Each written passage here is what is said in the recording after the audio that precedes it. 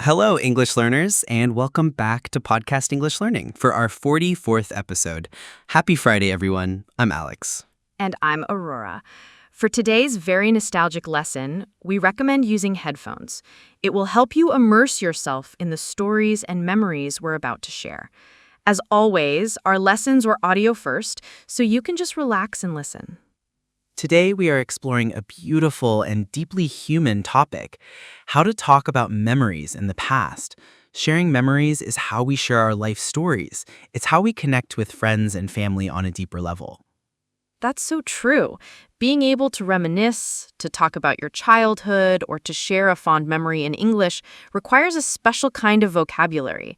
It's about more than just using the past tense. It's about expressing feelings of nostalgia and reflection. In this masterclass, we will give you the language to do just that. We're going to have a conversation sparked by an old object, which will lead us on a trip down memory lane to our childhoods. After our conversation, we will have an extensive language takeaway section to build your vocabulary of memory. In our strategy corner, we'll teach you how to structure a personal anecdote about the past. And of course, we'll feature one of our amazing listeners in our comment spotlight. This is your complete guide to sharing your memories in English. Let's get started. Hey, Aurora, I was cleaning out my closet this morning, and look what I found. Oh my goodness, Alex. Is that an old cassette player? I haven't seen one of those in ages. Wow, this brings back so many memories. I know, right? It feels like a blast from the past. I have a vague memory of listening to music on these, but I think I was a bit too young. We had CDs mostly. Oh, I distinctly remember spending hours making mixtapes for my friends. I would sit by the radio, waiting for my favorite song to play so I could record it. That's amazing. It's funny how a simple object can take you back in time. Back in the day, we thought this was the peak of technology. I know, right? And now it looks like a museum piece. It makes me feel so nostalgic for the simplicity of that time. Those were the days, weren't they? They really were. We used to spend all our afternoons playing outside, riding our bikes until the streetlights came on. That's so true. I have so many fond memories of building forts in the woods behind my house. It feels like it was just yesterday. It also makes me think of my grandfather. He's the one who gave me my first cassette player.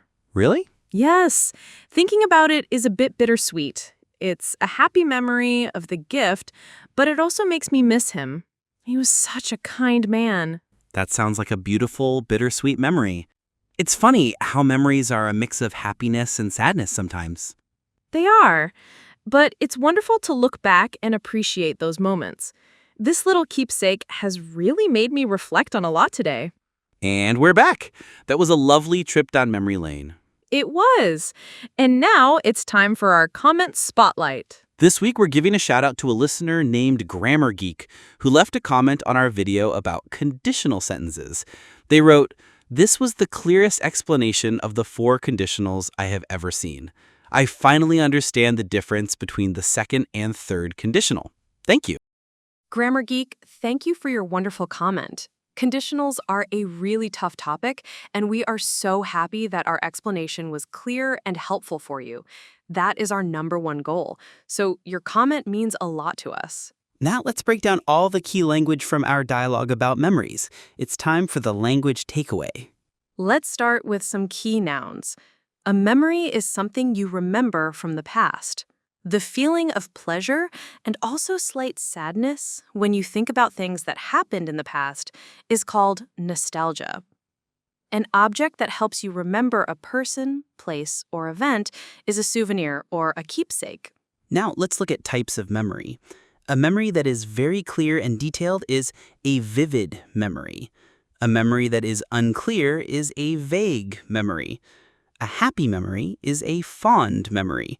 And a memory that is both happy and sad at the same time is a bittersweet memory. Next, some important verbs. To remember is the most common verb. More formal synonyms are to recall and to recollect. The specific act of talking or thinking about the past with pleasure is to reminisce. When something causes you to remember something, you say it brings back memories. And when a person or object makes you think of something from your past, you say it reminds you of something. For example, this song reminds me of my high school days. And of course, the opposite is to forget. A common idiom for forgetting something accidentally is, "it slipped my mind." Finally, some great idioms. An old object or song that reminds you of the past is a blast from the past. The act of reminiscing is often called taking a trip down memory lane. And a phrase to talk about a good time in the past is, those were the days. This vocabulary will make your conversations about the past much richer. Now let's move on to our strategy corner. Today, we're going to discuss how to structure a personal anecdote or a story about a memory. This builds on our storytelling episode, but focuses specifically on the past. A great way to tell a story about a memory is to follow 4 simple steps. Step 1, the trigger. What prompted the memory? What made you think of this story right now? Starting your story this way makes it feel natural, not random. For example, seeing that old cassette player reminds me of the time. Step 2, set the scene. Give your listener the background information. Who was there? Where were you? How old were you? Use past tenses to paint the picture. For example, I was about 10 years old and we were living in my childhood home. It was a hot summer day. Step 3, the core memory. Describe the main event or feeling of the memory. This is where you should use vivid sensory details. What did you see, hear, and feel? For example, I remember the feeling of the grass under my feet and the sound of my friends laughing. And step 4, the reflection. This is what makes a memory story special. Connect the past to the present. What does this memory mean to you now? How do you feel looking back on it? For example, looking back, I realize how carefree and simple life was back then. When you're listening to someone else's memory, it's important to be an active listener. You can show your engagement by saying, "Oh, I remember that. Wow, I'd completely forgotten about that. That's such a fond memory." And to express the feeling of nostalgia, you can say, "Thinking about it makes me feel so nostalgic. It feels like it was just yesterday." Those were the days. This last one is a slightly wistful way of saying that a time in the past was very good. These phrases are the heart and soul of any conversation about the good old days. Now you are ready. Let's listen to our full conversation one last time. "Hey, Aurora, I was cleaning out my closet this morning and look what I found." Oh my goodness, Alex. Is that an old cassette player? I haven't seen one of those in ages. Wow, this brings back so many memories. I know, right? It feels like a blast from the past. I have a vague memory of listening to music on these, but I think I was a bit too young. We had CDs mostly. Oh, I distinctly remember spending hours making mixtapes for my friends. I would sit by the radio waiting for my favorite song to play so I could record it. That's amazing. It's funny how a simple object can take you back in time. Back in the day, we thought this was the peak of technology. I know, and now it looks like a museum piece. It makes me feel so nostalgic for the simplicity of that time. Those were the days, weren't they? They really were. We used to spend all our afternoons playing outside, riding our bikes until the streetlights came on. That's so true. I have so many fond memories of building forts in the woods behind my house. It feels like it was just yesterday. It also makes me think of my grandfather.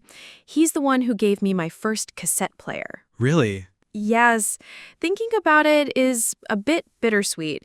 It's a happy memory of the gift, but it also makes me miss him. He was such a kind man. That sounds like a beautiful, bittersweet memory. It's funny how memories are a mix of happiness and sadness sometimes. They are, but it's wonderful to look back and appreciate those moments. This little keepsake has really made me reflect on a lot today. And that brings us to the end of our masterclass on talking about memories and the past. We covered a huge amount of vocabulary today, from the different types of memories to all the great idioms you can use to sound more natural. The key takeaway is that sharing memories is about sharing emotions.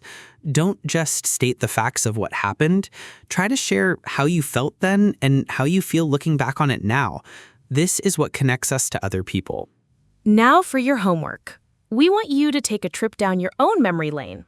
In the comments section, tell us about one fond memory from your childhood. It can be big or small.